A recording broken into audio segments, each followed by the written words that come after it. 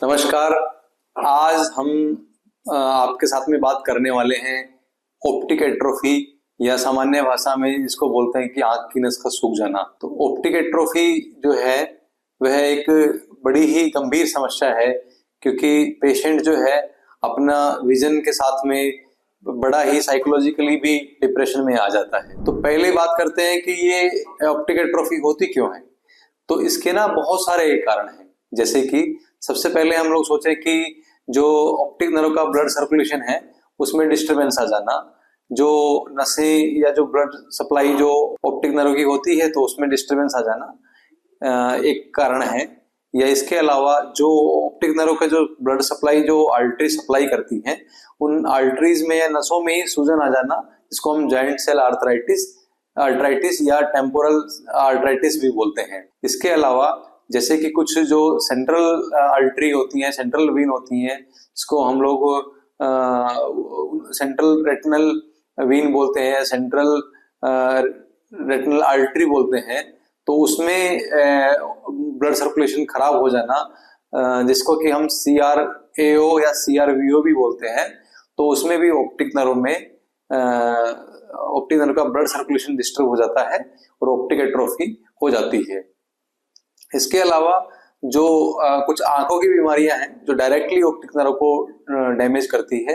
जैसे कि ग्लूकोमा या काला मोतिया भी हम जिसको बोलते हैं, जैसे RP जो प्रॉब्लम है, रेटिनाइटिस पिगमेंटोसा, पैपिलिडीमा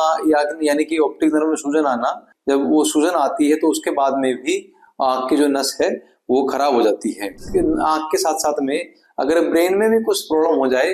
तो भी सूख सकती है या वो कमजोर हो सकती है, डैमेज हो सकती है। जैसे कि कोई ट्यूमर हो जाए या कोई टॉक्सिन्स है, जैसे कि मिथाइल अल्कोहल है, या आपने सुना होगा कि जहरीली शराब पीने से आंख की रोशनी चली गई, तो मिथाइल अल्कोहल पॉइजनिंग से भी ऑप्टिक नर्व एट्रोफी हो सकती है। या इसके अलावा जो है कुछ दवाइयां, जैसे कि इथाम्ब्यूटोल जो है एक टीबी की दवाई होती है, उसकी दवा खाने से भी कभी कभी ऑप्टिक नर्व में प्रॉब्लम्स आ जाता है। डायरेक्टली चोट लगने से, या तो ऑप्टिक नर्व को चोट लग जाए या हेड इंजरी हो जाए, तो उससे भी जो है ऑप्टिक एट्रोफी हो सकती है। इसके अलावा कुछ इन्फेक्शंस भी हैं, जैसे कि कोई टीबी है या सिफिलिस है या फिर कोई फंगल इन्फेक्शंस हो जाए तो उसके कारण से भी आंख की रोशनी जा सकती है। पीछे आपने सुना भी होगा कि कोरोना के दौरान में ब्लैक फंगस हुआ या काला फंगस बोलते हैं, तो उससे भी बहुत सारे पेशेंट्स का ऑप्टिक नर्व में ऐसा सब प्रॉब्लम्स हुआ। इसके अलावा जो हम लोग देखते हैं कि कभी कभी आनुवांशिक कारणों से भी ऑप्टिक नर्व जो है वो खराब हो जाता है, ऑप्टिक एट्रोफी हो जाती है, जिसको हम लोग कभी कभी लेवर्स हेरेडिटरी ऑप्टिक एट्रोफी भी बोलते हैं। तो या दूसरे प्रकार की भी जो जीन्स में कुछ प्रॉब्लम होने से भी ऑप्टिक नर्व में प्रॉब्लम्स हो सकता है। तो इसके अलावा ये कुछ हमने जो कारण है डिस्कस किए हैं। इसके अलावा भी और बहुत सारे कारण होते हैं जिसके कारण से ऑप्टिक नर्व में समस्याएं आ जाती है। तो अब इसके कारण से क्या क्या लक्षण ऐसे होते हैं जिससे हमें पता लगे कि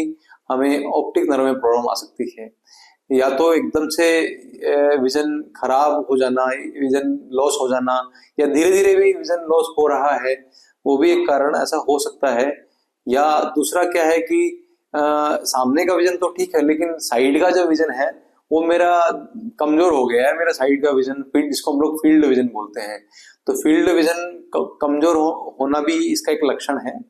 ये कभी कभी एकदम से पता लगता है कि कलर सेंसिटिविटी जो है ना, मैं पहले तो कलर को पहचान पा रहा था, लेकिन आजकल नहीं पहचान पा रहा हूँ। तो कलर में डिफरेंस, कलर पहचान नहीं पाना, ये भी इसका एक लक्षण है जो है। तो इसके अलावा हम लोग देखते हैं कि कभी कभी ना जो पुतली है, तो पुतली की रिएक्शंस में भी चेंज आ जाती है। आपने देखा किसी व्यक्ति का, तो आपको देखा कि उसकी जो पुतली है पूरी फैली हुई है, या तो दोनों आंख की है, एक आंख की भी, कभी कभी एक आंख की पुतली तो ठीक रूप है, दूसरे आंख की जो पुतली है वो फैली हुई है, तो भी हम लोग ये ऐसा मान सकते हैं कि उसकी जो ऑप्टिक नर्व में कुछ समस्या है। तो इसी प्रकार से हम लोग ऐसा देखते हैं कि कभी मतलब इस प्रकार के जो लक्षण होते हैं, तो इनसे हम मान सकते हैं कि उनको ऑप्टिक एट्रोफी है। या कभी कभी आई बॉल की मूवमेंट जब कर रहे हैं तो मूवमेंट्स करते समय थोड़ा पेन हो रहा है, दर्द हो रहा है, तो ये भी जो है ऑप्टिक नर्व में या ऑप्टिक एट्रोफी होने का एक लक्षण ऐसा हो सकता है। तो ये कुल मिला के हमने ऐसा कि कैसे पता लगाएं कि हमें ऑप्टिक एट्रोफी हो गई है या ऑप्टिक नर्व में प्रॉब्लम्स हो रहा है। अब इसकी जो मैनेजमेंट या इसकी जो चिकित्सा है, इसके बारे में जब हम चर्चा करते हैं तो अपने शास्त्रों में देखने के पश्चात में, जैसे कि आचार्य सुश्रुत ने और शार्ंगधर संहिता में भी ये सब वर्णन है कि जो ये जो विजन संबंधी जो समस्याएं हैं, जो या फिर जो इसको हम लोग तिमिर अंतर्गत व्याधियां जो है जिसमें कि विजन डाउन हो जाना, तो इसको हम लोग जो आयुर्वेद में शास्त्रों में तिमिर जो चिकित्सा है उसकी चिकित्सा का भी सीधा सीधा इसमें उपयोग कर सकते हैं, जो ऑप्टिक नर्व की जो समस्याएं ऑप्टिक एट्रोफी की है, या इसके अलावा जो वातज शिरोव्याधि की जो चिकित्सा है तो वह भी हम लोग इसमें उपयोग कर सकते हैं इस तरह की समस्याओं के लिए या ऑप्टिक एट्रोफी की ट्रीटमेंट्स के लिए। तो मुझे ऐसा लगता है कि हम लोग आयुर्वेद में इन सूत्रों का या इन चिकित्सा सिद्धांतों का उपयोग करके अभी कई वर्षों से अनेक रोगियों को लाभान्वित कर चुके हैं। तो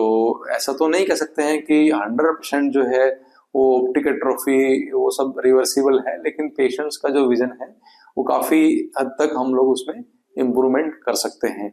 और अलग अलग सिम्टम्स में भी अलग अलग चेंजेस पेशेंट्स को सब देखने को मिलते हैं।